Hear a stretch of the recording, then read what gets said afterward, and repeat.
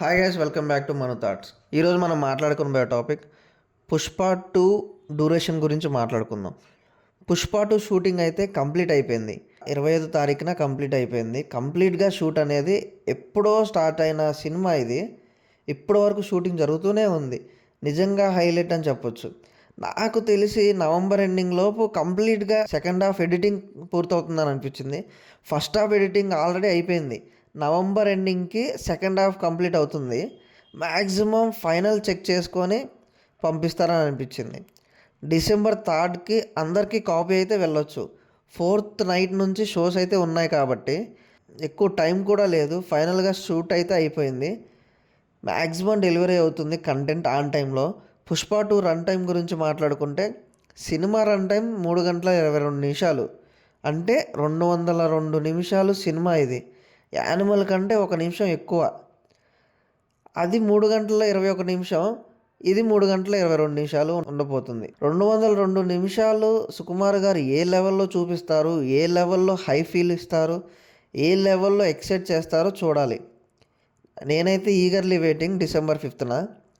Premieres మాత్రం maximum 12 గంటల నుంచి 12 గంటల వరకు మొత్తం సినిమాని అయితే థియేటర్లో ఆడిస్తారు. ఎందుకంటే డ్యూరేషన్ ఎక్కువగా ఉంది కాబట్టి. యానిమల్ కంటే 1 నిమిషం ఎక్కువగా ఉంది అంటే నిజంగా సర్ప్రైజే. సందీప్ రెడ్డి వంగ గారు యానిమల్లో ప్రతి ఒక్క సీను, ప్రతి ఒక్క ఎమోషన్ పండించారు. ఇంకా సుకుమార్ గారు ఎలా పండిస్తారో చూడాలి. పుష్ప 2 సినిమా ఇంత డ్యూరేషన్ రావడానికి కారణం ఏంటంటే, ఒకవేళ పుష్ప 2ని చేయాలనుకుంటే 2 పార్ట్స్ చేయొచ్చు. పార్ట్ 2 హైప్ ఎక్కువగా ఉంది కాబట్టి దానికి తగ్గట్టుగా జనాలకి తీసుకెళ్ళడం అనేది ఇంపార్టెంట్ కాబట్టి ఆ బేస్ మీద ఇంత డ్యూరేషన్ ఉంచారు అని అనుకుంటున్నాను నేనైతే. మెయిన్ పాయింట్ ఏదైతే చెప్పాలనుకుంటున్నారో అది చెప్పడం కోసం 2 పార్ట్స్గా చేయలేదు. ఇంకొకటి ఏంటంటే పార్ట్ 3కి సంబంధించిన హింట్ ఇవ్వడం కోసం. కేజీఎఫ్ 3 చూసుకుంటే సినిమా మొత్తం అయిపోతుంది. ఒక్కడే వచ్చి కొట్టి దూసుకెళ్ళిన మాన్స్టర్ అనగానే అయిపోతుంది. ఒక సాంగ్ రాగానే సినిమా అయిపోతుంది అని అనుకుంటారు. ఆ పాట తర్వాత ఒక సీన్ ఉంటుంది. ఆ సీన్ని ఎండింగ్లో పెట్టి పార్ట్ 3 ఉందని హింట్ ఇస్తారు.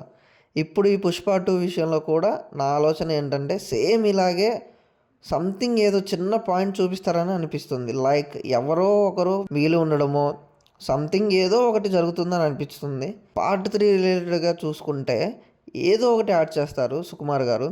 చూడాలి, సినిమా రిలీజ్ అయ్యేంత వరకు వెయిట్ చేయాలి.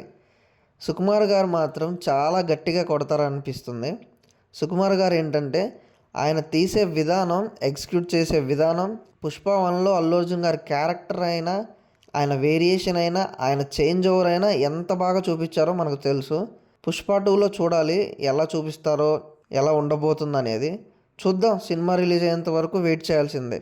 డ్యూరేషన్ గురించి మీరేమనుకుంటున్నారో కింద కామెంట్ చేయండి. మరిన్ని టాపిక్స్ కోసం please subscribe to my channel.